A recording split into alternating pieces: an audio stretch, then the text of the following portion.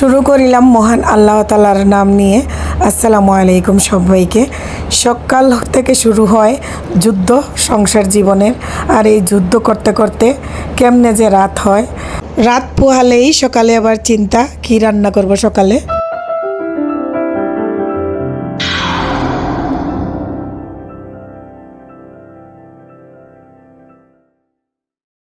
আজকে বাজার চলে আসছে খুব তাড়াতাড়ি।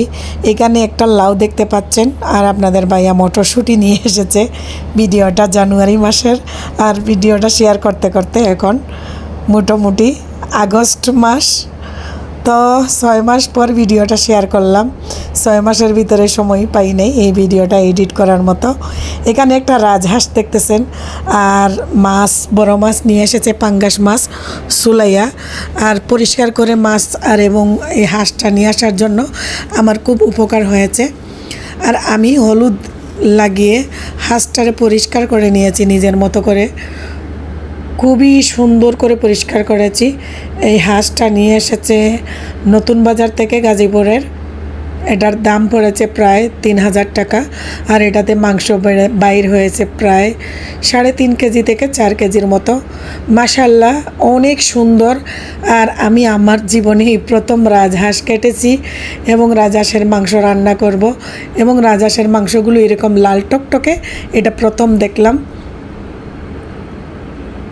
এত বড় রাজহাঁস কাটতে আমার খুবই কষ্ট হয়েছে। কী যে কষ্ট, এত শক্ত এই হাঁসগুলো, আর হাঁসের মাংসগুলো এত সুন্দর লাগছে আমার কাছে। কাঁচা দেখেই মনে হচ্ছে কখন রান্না করব আর কখন রান্না করে খাবো, এত টকটকা লাল। আসলে এই রাজহাঁসের মাংসগুলো খুবই মজা লাগে। আমি 3 টুকরা করে নিয়েছি, এখানে 3 টুকরা করে যে রেখে দিলাম, আর 1 টুকরা রান্নার জন্য রেখে দিয়েছি, মানে 4 ভাগ করেছিলাম। একসঙ্গে এতগুলো রাজহাঁসের মাংস রান্না করলে খাওয়া যাবে না, তাই 4 ভাগের 1 ভাগ রান্না করতেছি আর কি। এই রান্নাটা করে এত মজা লাগছিল, জীবনের প্রথম নিজের হাতের রাজহাঁস রান্না। এভাবে যে মজা হবে ভাবতেও পারি নাই। আপনাদের সাথে শেয়ার করতেছি, যদি পারতাম আপনাদেরকে একটু খাওয়াই দেখাইতে পারতাম যে এত মজা লাগছিল, এত মজা হয়েছিল। খুব তাড়াহুড়া করে রান্নাটা করতেছি। এই যে দেখুন রান্নার ফাইনাল লুক কত সুন্দর আর লোভনীয় হয়েছে। আমার ভিডিও যারা প্রথম দেখতেছেন, যদি আপনাদের আমার ভিডিওটি দেখে ভালো লাগে, প্লিজ এখনও যারা আমার চ্যানেলটি সাবস্ক্রাইব করেন নাই, আমার চ্যানেলটি সাবস্ক্রাইব করে পাশে থাকবেন। আর যারা অলরেডি সাবস্ক্রাইব করে পাশে আছেন, সবাইকে অসংখ্য ধন্যবাদ। আমার ভিডিওটি ভালো লাগলে একটা লাইক দিয়ে ভিডিওটা কন্টিনিউ করে রাখবেন, আর আপনারা আপনাদের ফ্যামিলি অ্যান্ড ফ্রেন্ডসদের সাথে শেয়ার করে দিতে পারেন।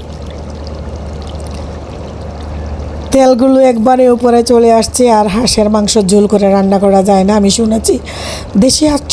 দেশি হাঁস যেগুলো পাতি হাঁস অনেকবার রান্না করেছি, কিন্তু এই হাঁসটা রান্না করতে অনেকটা সময় লাগছে সিদ্ধ হইতে, কারণ হাড্ডিগুলো প্রচুর শক্ত ছিল, মাংসগুলোও শক্ত ছিল। আমার মনে হইল রান্নাটা একটু সময় নিয়ে করেছি।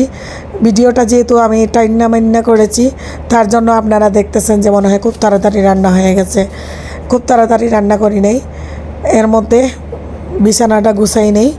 সংসারের কাজকর্মগুলো আসলে আমরা নিজেরা যেভাবে করি এভাবে মানুষ দিয়ে করানো যায় না। যতদিন অসুস্থ ছিলাম, পাও ভাঙ্গা ছিল, একটা মানুষ নিয়েছিলাম হেল্পের জন্য, টুকটাক কাজ করে দিয়ে যাইতো, ঘর গুছিয়ে দিত বা ঘর মুছে কাপড় দিয়ে বাসন ধুয়ে দিয়ে যাইতো। তো মানুষের কাজ আমার পছন্দ হয় না, নিজের কাজ নিজে যেভাবে পারি ওভাবে করে নিমু। এর মধ্যে আমার ছেলের টিচারের বাচ্চা সোফার মধ্যে পেশাব করে দিয়েছে, ওটা দেখতে পারি নাই কালকে। আজকে হঠাৎ করে দেখি যে ভিজা, তো তাই সবগুলো আর খুলি নেই, এই 4টা খুলে ধুয়ে দিলাম। এগুলা খোলা আর লাগানি আরেক কষ্ট, একসঙ্গে এতগুলো কাজ করতে পারবো না, তাই 4টা করতেছি। আরেকদিন বাকি 4টা করবো। আর এগুলাতে পেশাব লাগছে, না করলেও হবে না, বাচ্চার পেশাবের গন্ধ আছে। তো ম্যাডাম টের পায় নাই, আমার ছেলেকে যে টিচারে পড়ান উনি বুঝতে পারে নাই ওনার বাচ্চা যে পেশাব করছে, না হয় উনি আমাকে বলতো।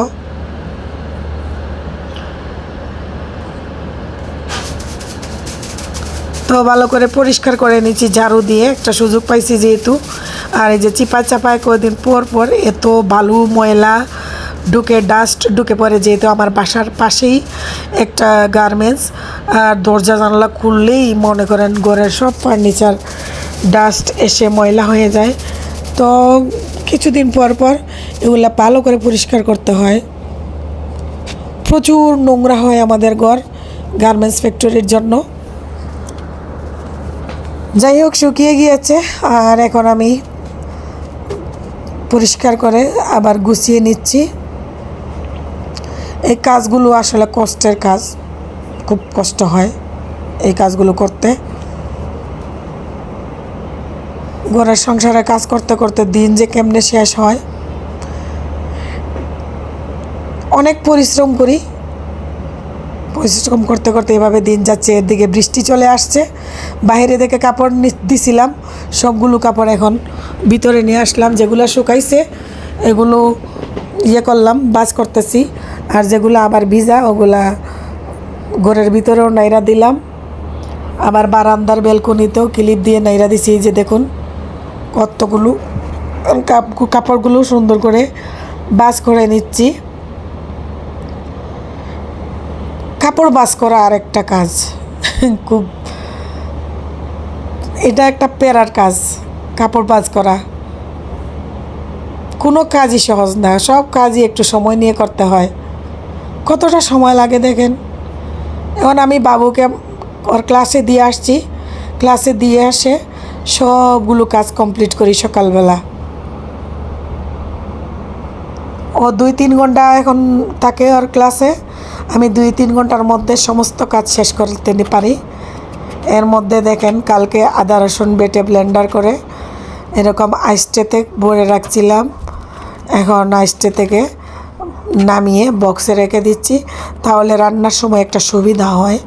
1 পিস 2 পিস করে বের করে রান্না করে নেওয়া যায়। রান্নার কাজ সহজ করার জন্য এই টিপস আপনারাও চাইলে এভাবে রাখতে পারেন। অল্প রান্নাতে 1 টুকরা বের করলে 2টা রান্না করা যায় তরকারি।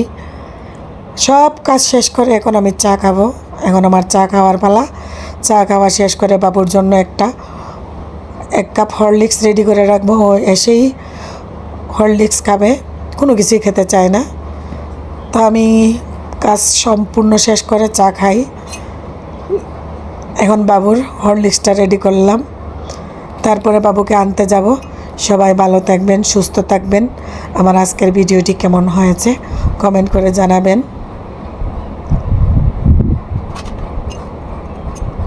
আমার বাচ্চার জন্য দোয়া করবেন, আর আমিও আপনাদের জন্য দোয়া করি। সবাই সবার জায়গা থেকে ভালো থাকুন। আল্লাহ হাফেজ। আসসালামু আলাইকুম ওয়া রাহমাতুল্লাহি ওয়া বারাকাতুহু।